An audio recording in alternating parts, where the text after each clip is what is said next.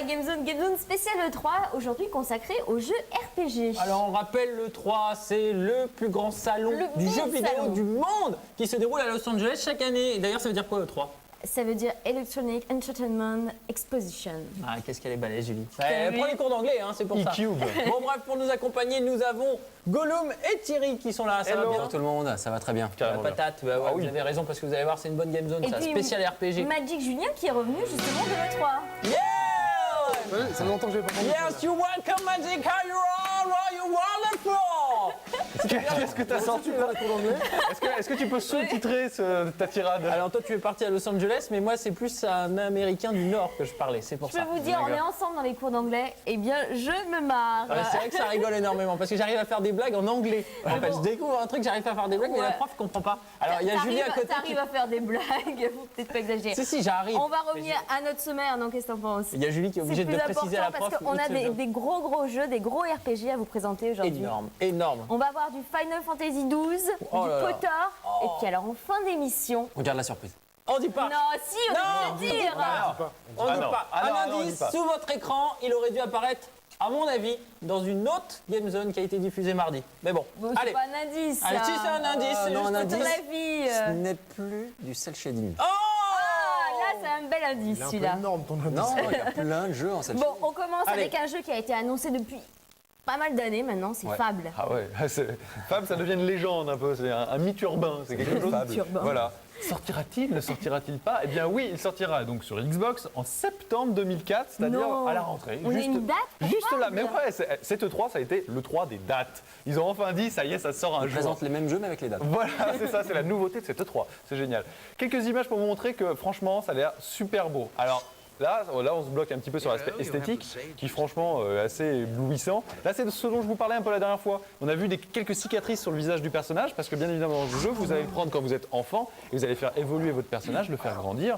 Donc, c'est comme je le disais, s'il y a le soleil, vous allez bronzer. Si vous allez vous faire une petite coupure en vous entraînant, bah, vous allez avoir votre cicatrice, etc., etc. Vous allez faire de votre personnage ce dont vous avez envie, et surtout les interactions et les événements qui l'entourent vont avoir, eh bien évidemment, des répercussions sur son influence, sur physiquement, il y a des altérations, des choses comme ça. Un jeu très ambitieux. Un jeu terriblement ambitieux, fait par les deux frères Carter, sous la houlette. ambitieux. Voilà, la maison terriblement. était- Oh, Maître Capello. Exactement. die. Il a pas pu s'empêcher, hein. Sous la houlette donc de Peter Molineux. Bon, alors c'est maintenant où là on va mettre les petites guillemets. C'est que franchement, ils sont habitués à des grandes annonces, un peu grand spectacle, avec quelque chose vraiment qui, on se dit, c'est incroyable, ils vont révolutionner le jeu vidéo.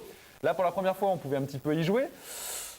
C'est assez mitigé. Il y a les gens qui disent ouais, franchement, ça a l'air vraiment pas mal. D'autres qui disent bah écoutez, effectivement, le coup du soleil, des cicatrices, c'est là, mais tout le reste, c'est peut-être un petit peu plus poussif, ça a l'air un petit peu lent.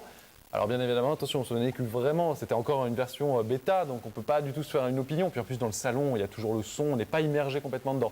Mais il commence à avoir des petites scories dans cette petite fable qu'on nous annonce surtout comme le début d'une grande saga, puisqu'il fallait qu'ils aient une grande annonce. Donc Fable va sortir un jour, en septembre, mais après il y aura Fable 2, puis après il y aura Oh Fable non, on va 3, pas partir et après il y aura direct sur Fable Fable 4. 2, on va d'abord Ça y est, attendre le exactement, un, on est peut-être. complètement d'accord. Ils ont annoncé le 2, le 3, le 4, mais nous ce qu'on voudrait, bah, c'est le premier, hein, à commencer Déjà, par ce ouais. petit hors-d'œuvre. Donc D'autant voilà, bah, en plus tout qu'il y a cas, très peu de RPG sur Xbox, donc ça fait plaisir. Carrément, Ça fait carrément. plaisir. C'est vrai. Bon, bah Thierry, tu vas garder la parole, tu vas nous parler d'un MMORPG. cette fois. Exactement, on en avait parlé un petit peu en Game Zone. Il s'agit de Dragon Empires, qui est justement les MMORPG développés en Angleterre par Codemasters. Donc on a également des images à vous présenter. Donc je rappelle un petit peu, il y a plein de clans proposés, et chaque clan en fait est sous la houlette d'un dragon. Et donc chaque clan ou cité pour être plus précis. Donc du coup le look de la cité dépend complètement de la personnalité du dragon qui l'habite. Donc là c'est la séquence cinématique, ça c'est super beau. Oh, génial, sympa. Et donc le jeu est prévu pour cet hiver, donc en Europe. Donc ça va sortir bientôt. Le bêta test va être lancé là dès cet été. Vous devrez pouvoir y jouer et commencer à checker un petit peu cet univers c'est beau, qu'on hein. nous promet immense, avec justement la possibilité. Donc on nous promet le plus gros système de gestion politique et économique jamais vu dans un monde persistant. Donc c'est peut-être vrai, parce que c'est vrai que c'est pas un aspect spécifique qui est souvent développé dans ce type de jeu. On a aussi énormément de variété au niveau des actions proposées. Donc on peut se balader, chasser, faire des échanges, faire du combat en PVP, donc en joueur contre joueur, faire du combat en clan contre clan, donc avec d'énormes armées, et on a même la possibilité d'assiéger par exemple des cités. Parce que le truc, c'est qu'on essaye de devenir vraiment le roi du monde de Dragon Empires. Et donc à partir du moment où on possède une cité, il est possible de former des armées et d'en attaquer d'autres. Et tout doucement d'essayer de devenir le souverain de ce monde immense. Et donc il y a 5 empires énormes de proposer. Ils ont une cinématique. Et voilà, la Ouais, cinématique, tout, c'est quoi. super beau. Et donc je rappelle Codemasters, PC, c'est un MMORPG. On aura l'occasion d'en reparler très bientôt puisque le bêta test commence cet été. Ok. Magic, t'as eu l'occasion d'avoir des news sur Final Fantasy XII à Ah, Un ça, jeu c'est bon, terriblement ça. ambitieux. Voilà. Oui, Bravo, j'insiste. belle mentalité, hein. Ah, ça va, non, ça va. Revenir sur les erreurs des autres, c'est bien Ah, ça. c'est- hein. Bon, allez, Ok. Magic, Final Fantasy XII, est-ce que c'est ahurissant? C'est hallucinant. Vous allez voir ça. De toute façon, j'étais à la source, j'ai été voir le producteur du jeu, je lui ai fait bon alors, ton jeu il sort quand? Comme ça, Vous savez ce cache. qu'il m'a répondu? Il a répondu en japonais, il n'a rien compris. Quand il sera prêt. Donc le jeu était effectivement prévu quasiment pour maintenant, parce que c'était prévu, la première date c'était été 2004. Il a été repoussé à 2005 sans plus de précision de date. Et bon, alors ce qu'il faut savoir, c'est que c'est donc réalisé par Yasumi Matsuno, l'homme qui est derrière Vagrant Story et Final Fantasy Tactics, donc pas un débutant quoi, en gros. Que ça se prend en place dans le même monde que Final Fantasy Tactics Advance. Ça va tuer. Mais que par contre, ça n'a aucun rapport scénaristique, c'est vraiment une trame complètement différente, on ne retrouve aucun des personnages. On retrouvera à la limite peut-être quelques personnages non joueurs. Ça a l'air de déchirer. Ouais, là. ça, Ça de l'ordre du forcément, clin d'œil, ouais. Ça va être énorme. c'est de l'ordre du clin d'œil. On a l'habitude de toute façon que dans les Final Fantasy, les cinématiques soient juste parmi les plus belles jamais inventées. Donc ils ne trahissent pas leurs ambitions, c'est comme d'habitude, c'est super beau. Ça sort évidemment uniquement sur PS2. Les admirateurs de la série apprécieront le fait que Nobuo Uematsu, Nobuo Uematsu. voilà, tu le dis tellement mieux que moi. Au revoir. Nobuo Uematsu. Donc le compositeur officiel et titré de la saga est de retour sur cet épisode. Oui, mais il ne s'occupera que du thème, parce que sinon c'est Hitoshi Sakimoto qui fera toute la BO. Et Hitoshi Sakimoto, c'est celui qui a fait la BO de justement Vagrant Story, un autre jeu Matsuno, Final Fantasy Tactics, un autre jeu Matsuno. Il a repris un peu son équipe, quoi. Il a repris un peu son équipe. Le problème, c'est qu'en fait, justement, pour l'instant, il reste relativement secret. On a assez peu d'informations. On en reparlera de toute façon très souvent. Et en plus, on est vraiment, mais alors vraiment pas prêt de le voir en France. Bon. Puisque la sortie 2005, c'est la sortie japonaise. Toi, tu as pu voir le concert de Square ou pas? Non, j'étais à la conférence Microsoft. Ok, pour l'instant. donc normalement on On a devrait des pouvoir images, diffuser ouais, des images. Ouais. qui vont être diffusées. Donc il y avait un concert Final Fantasy à l'E3, un concert avec un orchestre symphonique, Philharmonique, ouais, c'était- philharmonique, et ça, et a priori c'était c'est- vraiment magnifique. ouais, Pour on l'instant va on a en des montrer, petits de toute extraits, façon. on va essayer de diffuser l'ensemble, Ouais. on verra si on peut. Et Vampire. Vampire. Masquerade. Vampire the Masquerade, donc c'est évidemment basé sur la licence White Wolf. Donc on a été réalisé déjà un petit sujet, donc on aurait pour la rentrée un focus qui sera consacré à ce jeu-là. C'est développé par Troika Games, et c'est Activision qui charge de la distribution. Ça, c'est sanglant, Donc ça, comme c'est extrêmement sanglant. Ça se passe dans l'univers politique des vampires, donc c'est de la mascarade. Et la mascarade, c'est quoi le concept? Le concept, c'est que les vampires se sont organisés en société et ont formé des clans. Et leur objectif, évidemment, c'est de rester totalement inconnus des humains. Donc du coup, ils se sont réellement intégrés à la société.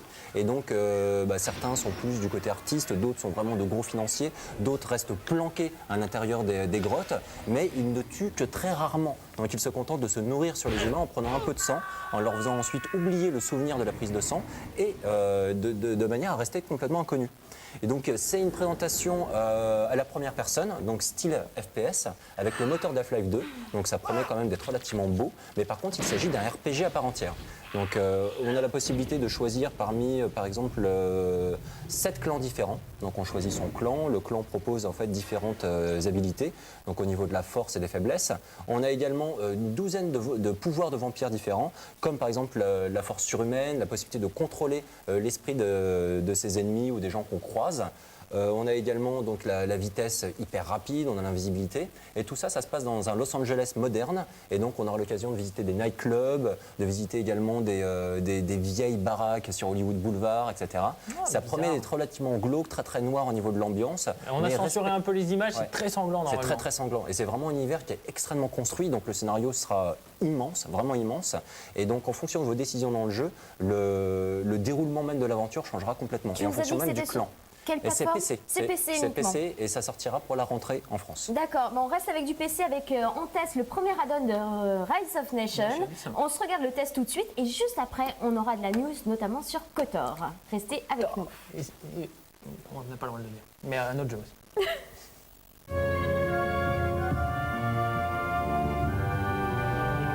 Throne et Patriot est la nouvelle extension de Rise of Nations. Cet excellent RTS de Microsoft vous propose de veiller à la destinée d'une nation au cours des âges et, si possible, de conquérir The World.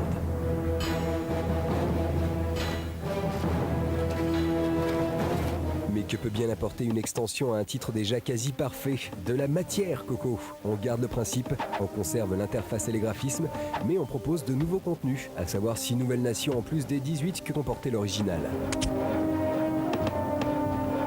C'est ainsi que les Nord-Américains font une entrée remarquée avec les tribus d'Iroquois, de Lakota et les Wasps qui les ont massacrés. Les Indiens et les Perses sont aussi l'occasion d'avoir des éléphants parmi ces unités. Enfin, les Hollandais offrent un bon compromis avec des qualités aussi bien sur terre que sur mer. Qui dit nouvelle nation dit nouvelle merveille. Vous savez, ces bâtiments spécifiques à chaque peuple et qui apportent tout un tas d'améliorations décisives à ceux qui les érigent. En recensant tout une vingtaine de nouvelles unités, ce qui est relativement peu dans l'absolu. À l'instar de Civilisation, la guerre a autant d'importance que la diplomatie. Et les 6 nouveaux différents systèmes politiques proposés, comme l'autocratie ou la démocratie, jouent un rôle important dans l'évolution future de vos cités. À vous de voir si vous préférez privilégier le développement économique et culturel ou jouer la carte de la puissance militaire. Du coup, le sentiment de liberté est plus grand même si l'on persiste à explorer toujours les mêmes voies. Le mode conquête du monde, qui se rapproche d'un mode campagne classique, est désormais plus abordable pour les débutants. Le jeu propose 4 conflits distincts regroupant 130 scénarios différents. Alexandre le Grand contre les Perses, Napoléon en lutte contre le reste de l'Europe, les colons américains pour la conquête du Nouveau Monde, et enfin, la guerre froide. Certaines de ces campagnes laissent une marge de liberté pour les accomplir. Alexandre le Grand, par exemple, a le choix entre intégrer les capitales conquises ou les raser complètement de la carte. Enfin, la guerre froide est certainement la campagne la plus élaborée, puisqu'elle fait intervenir l'espionnage, un élément indissociable de la menace atomique. Une fois encore, tout est une question de dosage, et Big Huge Game, le développeur, a dû fournir un gros effort pour parvenir une fois de plus à un jeu très bien équilibré. Les Indiens, par exemple, bâtissent leur ville avec moins de ressources que les autres, tandis que les Bataves possèdent des bonus économiques comme des caravanes armées jusqu'aux dents. On retrouve les nouvelles nations dans le mode multijoueur qui, lui, n'a pas bougé d'un iota. Toujours aussi intéressant, l'addition des 6 peuples a le mérite de redonner goût aux confrontations en réseau pour ceux qui en auraient fait le tour. Au final, Throne et Patriot se contentent de quelques petites nouveautés au compte-gouttes. La plus grande innovation concerne le mode conquête qui subit un petit dépoussiérage bienvenu. Pour le reste, cet add-on se contente du minimum syndical. On pourra le regretter, d'autres se féliciteront que Microsoft n'ait pas dénaturé un jeu qui reste excellent au demeurant. Donc de retour sur le plateau avec les fameux RPG qui ont été présentés à l'E3. D'ailleurs, RPG, ça veut dire quoi, Julie? Role-playing game. Voilà, les jeux de rôle en fait. Oh bah, Et quand même, Elle est super calée là. Pour le 3, Julie, elle est au top. C'est Elle est au pas top. que pour le 3, attendez, ça fait... Bon, on n'a pas beaucoup de temps. Alors, X-Men 700 Legends. Game Zone. Qui en parle? X-Men Legends avec un S. Ça va nous amener vraiment dans le combat, la grande confrontation des X-Men. Vous allez voir quelques images et ça ne se passe pas très bien au début, hein, parce qu'en fait, il y a Magneto qui met un peu la zone sur la Terre, et donc en fait, tous les X-Men se prennent une grosse baffe. Il faut le dire, et du coup, vous allez voir même la statue de la liberté en prend un petit peu pour son grade. Et du coup, l'intérêt de la situation, c'est de devoir se joindre, faire des équipes de X-Men. Et ça, c'est plutôt pas mal. Donc vous avez une quinzaine de personnages récurrents de la série qui sont là. Et au début, ils sont tous séparés. Et il va falloir faire en sorte qu'ils soient combattre ensemble. Donc pour ça, ce qui est très intéressant, c'est que l'histoire... Les sentinelles sont là, Voilà. d'accord. Excellent. L'histoire, je ne sais même pas qui c'est les sentinelles, c'est pas très grave. C'est pas grave. L'histoire, ce qui est vraiment très intéressant, c'est qu'elle a beaucoup de chemins différents. Il y a plein de manières de finir l'histoire et surtout de la faire évoluer, de la faire avancer. Et donc ça va différer en fonction de quel personnage vous allez enrôler, qui vous allez prendre et quelles options vous allez pouvoir choisir dans le scénario. Parce que là, ils ont eu un gros travail au niveau du scénario pour apporter beaucoup de différences en fonction des choix que vous allez effectuer. Il y a même des modes multijoueurs qui seront présents. On pourra jouer donc à 3 en simultané. Et ça, c'est pas mal. Voilà, le trio fantastique, par exemple. Donc, possibilité de jouer à 3 en simultané pour justement apporter un petit peu de densité à l'aventure.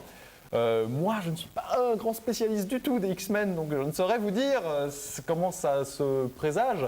Là, pour l'instant, c'est qu'une cinématique, donc c'est joli, mais ça ne veut rien dire. La cinématique ne rend jamais les coups, souvenez-vous-en. Mais bon, a priori sur le 3, j'ai entendu quelques échos qui disaient que ça pouvait être pas trop mal. En tout cas, la série des X-Men en jeu, adaptation jeu vidéo, généralement c'est pas ça. Donc Ouais, celle-là surtout en jeu pourrait de baston, hein, c'est voilà, vrai. donc celle-là pourrait être peut-être un petit peu plus profonde et c'est pas mal. En tout cas, grosse attention sur le scénario. D'accord, bon, on attend ça. Prochainement, on en reparlera dans la Game Zone. On passe à KOTOR tout de suite, Magic. Ah, de l'univers KOTOR- Star Wars. KOTOR 2, et le premier, c'était quand même l'un des meilleurs jeux de l'année dernière, une énorme surprise. Moi, je l'attendais pas du tout. Et un gameplay aux petits oignons, c'était juste pas très beau. Oui, c'était le meilleur RPG de la Xbox. Il a, quoi. il a pris un nombre de prix absolument incalculable. Quoi. Ouais. Il les a un peu tous raflés l'année dernière. Il y a eu Prince of Persia et KOTOR. Quoi. Oui, c'est vrai. Ça a été carton absolu pour les deux. Donc évidemment, il y a eu un 2. Au stand de LucasArts, c'était vachement sympathique en fait, parce que plutôt que d'avoir un attaché de presse ou juste un invité qui nous racontait, c'était le producteur du jeu qui était là pour nous expliquer son jeu. Et ça, c'est vachement bien. Du coup, on a plein d'informations. On va vous montrer ça en images. Donc, ce n'est plus développé par BioWare, c'est développé cette fois-ci par Obsidian Entertainment, qui a co-travaillé avec BioWare, notamment sur Baldur's Gate version console. Ah, c'est bien. Voilà, donc a priori, c'est des mecs qui connaissent. Ça se déroule toujours dans la même période temporelle, c'est-à-dire 4000 ans avant les événements décrits dans la première trilogie. Il y a 60 nouveaux pouvoirs de la force qui seront mis à contribution. On aura cette fois-ci non plus 4 mais 10 personnages dans son équipe. C'est de mieux en mieux. C'est 6 nouvelles classes de Jedi, c'est un système de combat revisité et le contenu downloadable a déjà été prévu sur Xbox. Le contenu Téléchargeable. C'est-à-dire avant même que le jeu soit sorti, il prévoit déjà, au moment de la sortie, tu pourras aller sur Internet et sur le live pour récupérer les trucs. C'est prévu sur Xbox et PC, cette fois-ci la sortie devrait être normalement à peu près simultanée. Et la date américaine, il y avait de l'écart. Et la date américaine est prévue aux alentours de février 2005. On retrouvera tout ce qui fait la force du jeu. Ils ont retravaillé le système de combat pour que ce soit plus aisé de pouvoir créer ces techniques en plein milieu de combat, parce que je vous rappelle que c'était un petit peu... Travail des graphismes aussi, hein, parce que C'est vrai que KOTOR, déjà le premier n'était pas très beau, je pense pas que le deuxième sera très beau non plus, mais en même temps l'univers est tellement vaste et il y a tellement de trucs à faire que je préfère un jeu qui est fondamentalement pas super beau mais incroyablement profond clair. qu'une démo technique. C'est clair, t'as complètement raison. Et d'ailleurs, il y a des chances pour qu'ils surpassent Fable. On verra au final, mais En termes d'intérêt, ils vont être peut-être. en concurrence de toute façon. On reste dans l'univers Star Wars avec Star Wars Galaxy. Oui, Star Wars Galaxies, donc la donne qui est consacrée Jump à to ce Lightspeed. jeu qui s'appelle Jump to Lightspeed. Donc évidemment, comme le nom l'indique, on a maintenant la possibilité d'aller dans l'espace et d'utiliser une quinzaine de vaisseaux différents. Donc ces vaisseaux-là, vous pourrez en fait les créer. Et vous créez votre propre flotte. On retrouvera également des vaisseaux existants, donc comme le Falcon Millennium par exemple de Han Solo, qui sera là.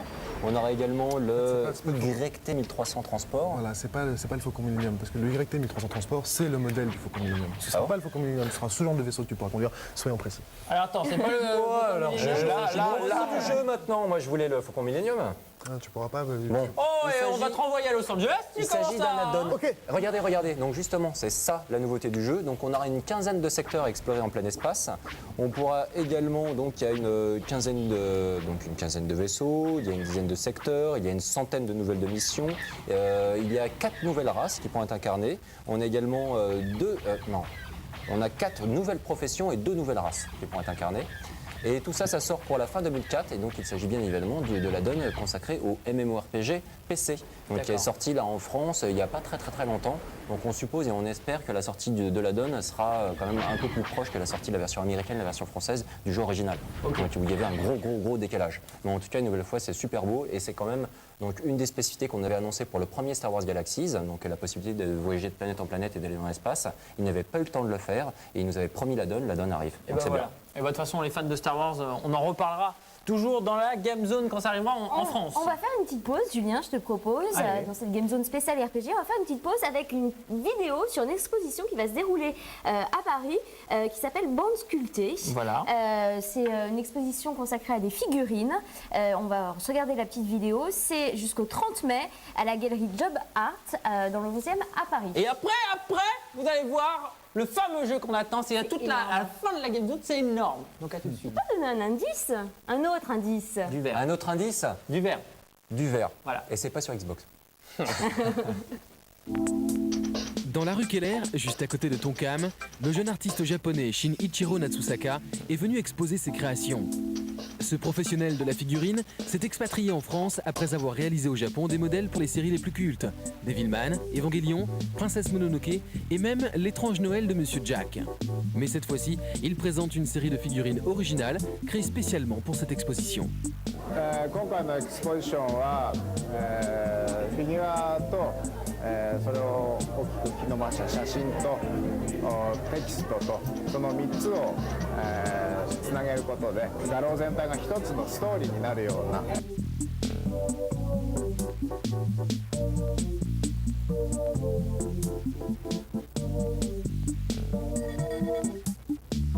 Non, parce qu'il y a beaucoup de travail sur chaque figurine, ça se voit tout de suite, et on sent ressortir toute l'influence dessins animés, pop culture, etc. Et pour une fois qu'on voit ça dans quelque chose d'un peu différent que dans des bandes dessinées ou dans du cinéma, ça fait plaisir à voir. C'est sympathique, on n'a pas encore terminé le tome 1, mais ça fait, c'est sympa, ça fait quand même une sorte d'histoire en fait. 外国で暮らす日本人として、割と観客の期待に応えるには、一番、いい表現ではないかなと思って、ちょっと時代劇とそれを変化させた SF を組み合わせて、テーマにしてみました。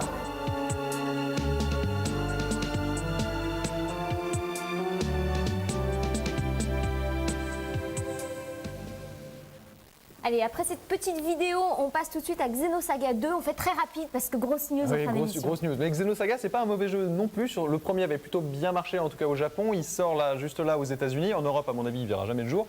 Des images tout de suite pour vous montrer. C'est un RPG un petit peu particulier. C'est développé par Monolith. Monolith, pour le compte de Namco. Monolith, en fait, c'est une jeune société en fait qui a été créée par les anciens qui avaient fait en fait, le Xenogears. Xenogears, c'était un gros RPG cultissime sur PS1, vraiment qui avait marqué son temps. Alors, ce qu'on pouvait reprocher à Xenosaga 1 et que donc, visiblement, au vu de ces images et un peu ce qu'on a récolté autour de l'E3, pourrait se rééditer un petit peu avec le 2, c'est la beauté de ces cinématiques, mais surtout leur longueur. C'est-à-dire que dans le 1, en gros, vous jouez à peu près, pour un RPG, 10 heures, et le reste, vous passez 40 heures à regarder des cinématiques. Alors ça peut être un petit peu rébarbatif au bout d'un moment, même si elles sont très belles, et même si le point de vue, c'est très politisé, il y a un côté religion vraiment exacerbé, c'est très très intéressant, c'est très riche, très profond, mais parfois c'est un peu too much, c'est-à-dire qu'il faut vraiment suivre, c'est limite philosophique à certains moments, en tout cas c'est très intéressant, mais il faut s'accrocher. On a une date sur ça, une plateforme Oui, on a une plateforme, c'est sur exclusivité PS2, et la date, elle va te faire rire, c'est le premier trimestre 2005, au Japon. Ah bah. Donc en France, ne comptez pas dessus, avant, en général, c'est souvent comme avant ça. un jour. Si tant est que ça sorte. Mais en tout cas, c'est vraiment pas mal. Il y a plein de petites nouveautés, beaucoup de cinématiques une fois de plus, mais le système de jeu est très intéressant. Mais c'est bon, en général, on les voit longtemps après le Japon, les jeux. Comme Baten Kaitos, en fait, on l'avait déjà testé en apport dans Game ça, Zone. c'était vraiment une très bonne nouvelle parce que Baten Kaitos, donc on a des images également à vous présenter. C'est un jeu qui a été extrêmement apprécié par Alex qui avait fait le test. Et donc, c'est un excellent RPG. Mais évidemment, il est tellement complexe en japonais qu'il était impossible sur GameCube, impossible de s'y intéresser. Donc, c'est une vraie surprise parce qu'on ne pensait pas qu'il sortirait en Europe. Et donc, on a appris là sur ce salon qu'il sortait en Europe et aux États-Unis. Donc, je rappelle un petit peu le principe. En gros, c'est un jeu au tour par tour basé sur un système de cartes qui s'appelle les cartes Magnus. Et en fait, ces cartes vous permettent en fait de capturer l'essence des objets, des créatures, etc. que vous voyez dans le jeu, de manière ensuite pouvoir les réutiliser. Donc, en fait, vous stockez tout votre équipement à l'intérieur de ces cartes, sachant que ces cartes sont périmables. Donc par exemple, si vous stockez de la nourriture dans une de ces cartes, la nourriture finira par pourrir au bout d'un moment. Et donc fait, le truc que nous avait fait le test, il avait vraiment détaillé. Oui, au point par point, c'était un test qui a été excellemment bien fait. Et on a donc il y a également de la musique, par exemple, est réalisée par Motoi Sakuraba. Ouais, grand nom de la musique de jeux vidéo, quoi. Avec les Star Ocean, Valkyrie Profile, il a vraiment une patte très particulière, très péchue, très énergique, mais vraiment sympa. Et une nouvelle fois, sur un truc qui surprend vachement, et la musique sert d'ailleurs beaucoup l'ambiance, c'est que le scénario est très intéressant. Et donc là, c'est vraiment une aventure épique. Et c'est, je me rappelle, j'en avais discuté avec Alex. Une date, vite, parce qu'on n'a pas de date, mais bon, ça va sortir en Europe et aux États-Unis. Alors maintenant, roulement de tambour pour annoncer, on va laisser Magic annoncer ça. Magic, à la fin de la présentation de ce jeu-là, a applaudi et s'est levé au milieu de la conférence de presse. C'était carrément la standing ovation de la conférence Nintendo, le plus gros truc. Souvenez-vous, lancement de la GameCube il y a quelques années maintenant, on nous a montré des images d'un jeu. Il est arrivé ce jeu quelques temps plus tard, c'était pas du tout ce qu'on attendait, il était en cel shading. Regardez. Ovation, standing ovation. Alors, on l'annonce, on peut le dire ou ils devinent par eux-mêmes? Ils vont voir. On laisse le plaisir. Avec la musique, on comprend. Voilà, c'est énorme. C'est énorme, il arrive enfin. Il n'y a évidemment pas de date, il est prévu pour l'année prochaine. Mais Zelda en 3D temps réel arrive. Et là, c'est regardez. C'est le Seigneur des Anneaux en jeu. C'est ce que Ça y est, son nom m'échappe. Miyamoto. Merci. Shigeru Miyamoto. Miyamoto voulait faire ça depuis le début de la série Zelda, pouvoir enfin mettre Link sur un cheval et le faire se battre à cheval. Ce sera le cas. Tout ce que vous voyez là est de la 3D temps réel. Il n'y a aucune image de synthèse. Imaginez comment ça va déchirer. Même ces séquences-là avec tous les stroms, c'est du temps réel. Tout est en temps réel. Mais ce qui sur ces images. tue, ce qui est hallucinant, c'est que c'est le moteur graphique de Wind Walker. Sérieux? Ouais, incroyable. c'est ça qui est super impressionnant, c'est le même moteur graphique. Et là, en fait, à la conférence de presse, il y avait un truc génial. C'est qu'à cette image-là, il y a eu un fondu enchaîné et Miyamoto est arrivé sur scène avec son épée et son bouclier comme Link. Et ça a été vraiment une standing ovation de 3 minutes. C'était grandiose. Génial. Et d'ailleurs, cette cinématique, elle est tellement belle que c'est dommage de tout le temps parler dessus. Moi, je vous propose, on la repasse cet après-midi, c'est possible. On la repasse cet après-midi, il n'y a pas de souci, parce que là, il y a déjà les emails qui tombent, ils veulent tous C'est voir des beau. images. Franchement, c'est beau. C'est magnifique. C'est la classe. Allez, larmes aux yeux, moi, quand j'ai vu les images, j'ai larmes aux yeux. C'est enfin le jeu qu'on attendait Ouais. tous. Grand On a une moment. date ou pas? On n'a pas de date. Non, bah attends. Si on a de la chance, cet après-midi, Ce regardez sera sur GameCube, bien sûr. On finit avec notre concours pour gagner des cartes mémoire d'Anelec pour appareil photo et lecteur MP3. Pour Voilà. cela, comment fait-on? Bah, le numéro de téléphone 0892 720 600 ou sinon par Minitel. 3615 code Game One. Voilà. On vous donne rendez-vous dans l'édition 2 de la Game Zone. À très bientôt. Ciao. Ciao tout le monde, bye bye. Not blown away, just irritated and quite hated.